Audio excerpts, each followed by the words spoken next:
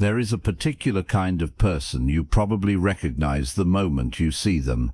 They are the one who shows up first when something goes wrong. They handle the logistics at a funeral while everyone else falls apart. At a family dinner, they are already clearing the plates before anyone notices the meal is over. They fix things, they hold things together, and when the crisis passes and everyone exhales, they are the one who quietly goes to the kitchen to wash the dishes alone. Nobody asks how they are doing, not because people are cruel, but because it simply never occurs to anyone that they might need to be asked. If you grew up in this country between the mid-1940s and the early 1960s, there is a good chance you know exactly who that person is, because there is also a good chance that person is you. This video is not going to suggest that the way you have lived your life was wrong, or that the strength you built was an illusion. It wasn't. The strength was real. The question worth sitting with, and we will sit with it together, is what that strength cost you, and why, after all these years, nobody ever thought to ask. Every generation inherits a set of unspoken rules. Most are never written down anywhere. They are absorbed slowly, through repetition, through observation, through the particular way your father held his jaw when something hurt him and never said a word about it, through the way your mother kept going on the days she clearly should have stopped. Modi, baby boomers inherited a specific set of rules about strength and emotion that were in many ways perfectly suited to the world their parents had survived. The Great Depression had taught an entire generation that endurance was not a personality trait, it was a survival skill.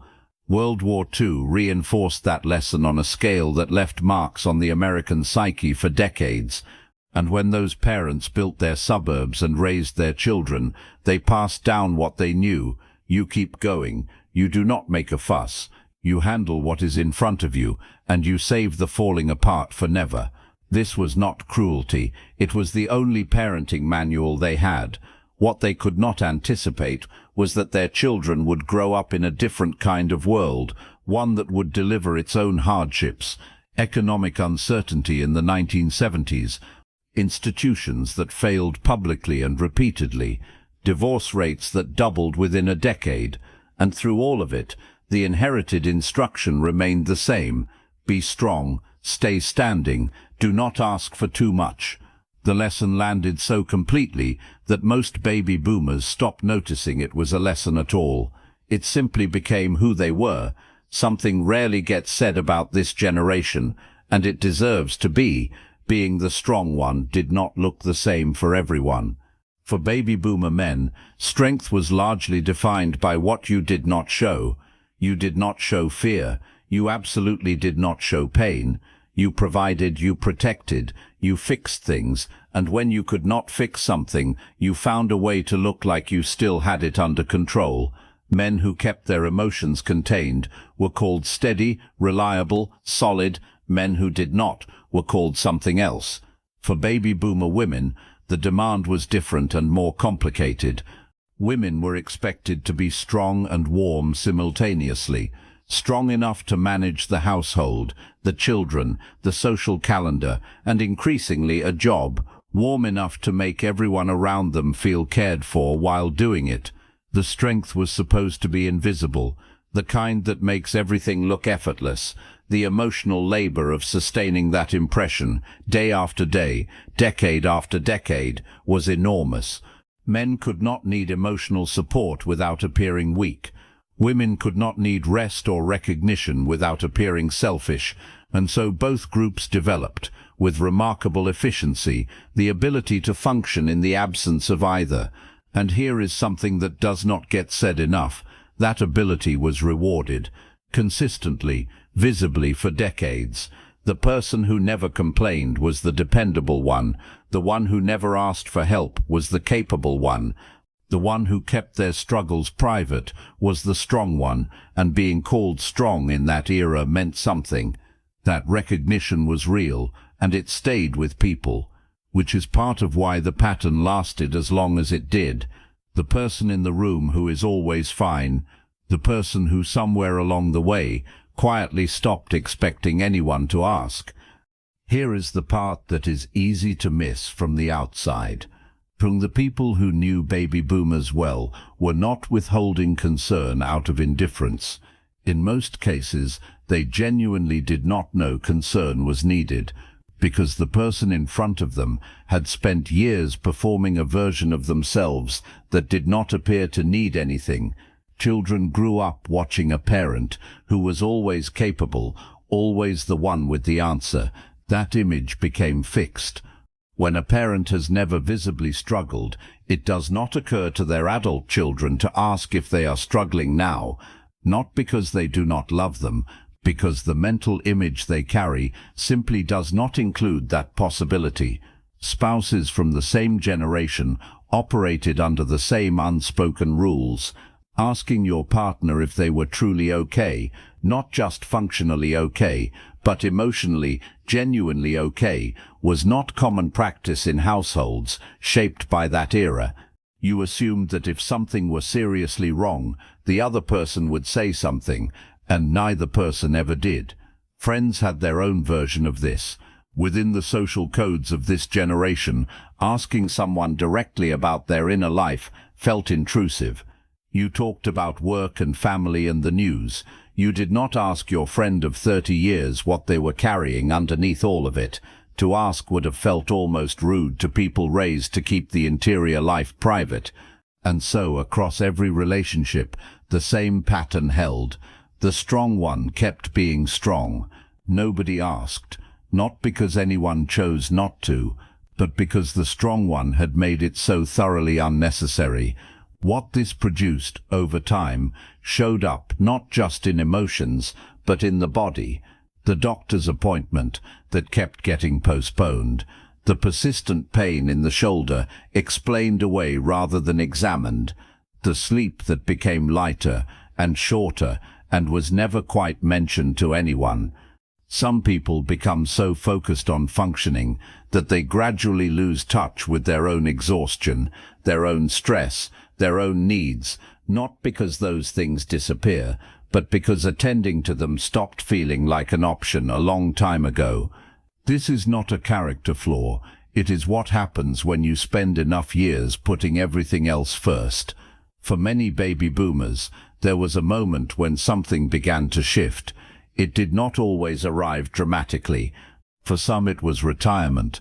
The day the work stopped and the identity built around productivity suddenly had nothing to anchor itself to. The quiet that followed was not peaceful. It was disorienting in a way that was difficult to name and even more difficult to mention to anyone. For others it was a health event, a diagnosis that made it suddenly clear that the body had needs that could not be managed through sheer determination. Finding themselves dependent in ways that felt profoundly foreign, discovering that accepting help was something they had never actually learned to do. Loss did it for others. The death of a spouse or a sibling, someone who had known them long enough to see through the performance, and whose absence left a particular kind of exposure that was hard to explain to anyone who had not felt it. And sometimes it was nothing dramatic at all. A Sunday afternoon, the children grown and gone. The house too still, sitting with a cup of coffee that had gone cold, and noticing for the first time in years that there was no one to call who would simply ask how they were, not as a formality, as a genuine question. These moments do not announce themselves as turning points. They arrive looking like ordinary days, but inside them something shifts.